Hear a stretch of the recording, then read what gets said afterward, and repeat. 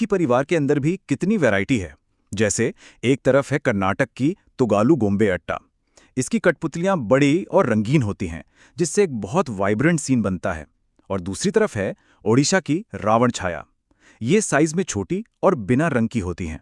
इसका असर बिल्कुल अलग होता है, ज्यादा रहस्यमयी, ज्यादा ड्रामेटिक। अच्छा, अब आते हैं हमारे तीसरे परिवार पर, दस्ताना कठपुतली या ग्लव पपेट्स। ये एक बहुत ही इंटीमेट और एक्सप्रेसिव स्टाइल है। क्यों? क्योंकि इसमें कलाकार अपनी उंगलियों से कठपुतली को सीधे कंट्रोल करता है। इससे आर्टिस्ट और पपेट के बीच एक बहुत गहरा कनेक्शन बन जाता है।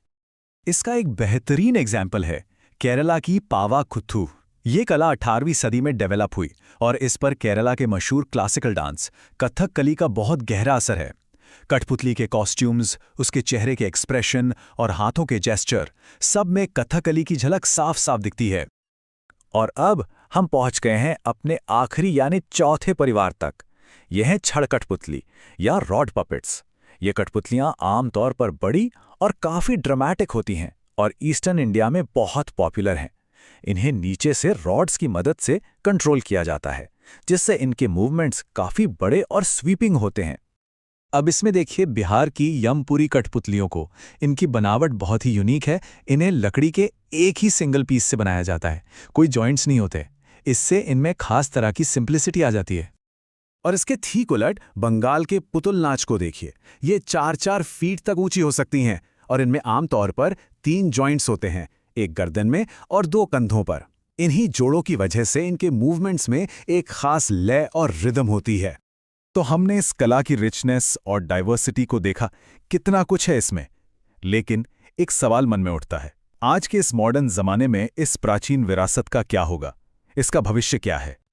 और सच तो ये है कि ये अनमोल कला आज कई मुश्किलों से गुजर रही है। अच्छे ट्रेनिंग इंस्टीट्यूट्स की कमी है, आर्टिस्ट के लिए फाइनेंशियल सिक्योरिटी नहीं है, और एंटरटेनमेंट के नए नए तरीकों से कंपटीशन तो है ही। ये सारी मुश्किलें मिलकर इस कला के भविष्य पर ही एक सवालिया निशान लगा रही हैं। लेकिन इन सब चुनौतियों के बावजूद इस कला का जो सार है, इसकी जो आत्मा है, वो है इसकी क्रिएटिव फ्रीडम में। ये एक आर्टिस्ट को अपनी कल्पना को उड़ान देने की आज़ादी देती है, किसी भी कहानी को स्टेज पर जिंदा करने की ताकत देती है। और यही बात इसे इंसान के सबसे कमाल के आविष्कारों में से एक बनाती है। तो आखिर में एक बड़ा सवाल हमारे सामने है। इस डिजिटल एज में जहां हर तरफ स्क्रीन ही स्क्रीन है, इन धागों और परछाइयों से कहानी सुनाने वालों का भविष्य क्या है? ये सिर्फ एक कला नहीं है, ये हमारी पहचान का, हमारी विरासत का एक हिस्सा है। और इसे संभाल कर रखना, इसे जिंदा रखना हम सबकी जिम्मेदारी बनती है।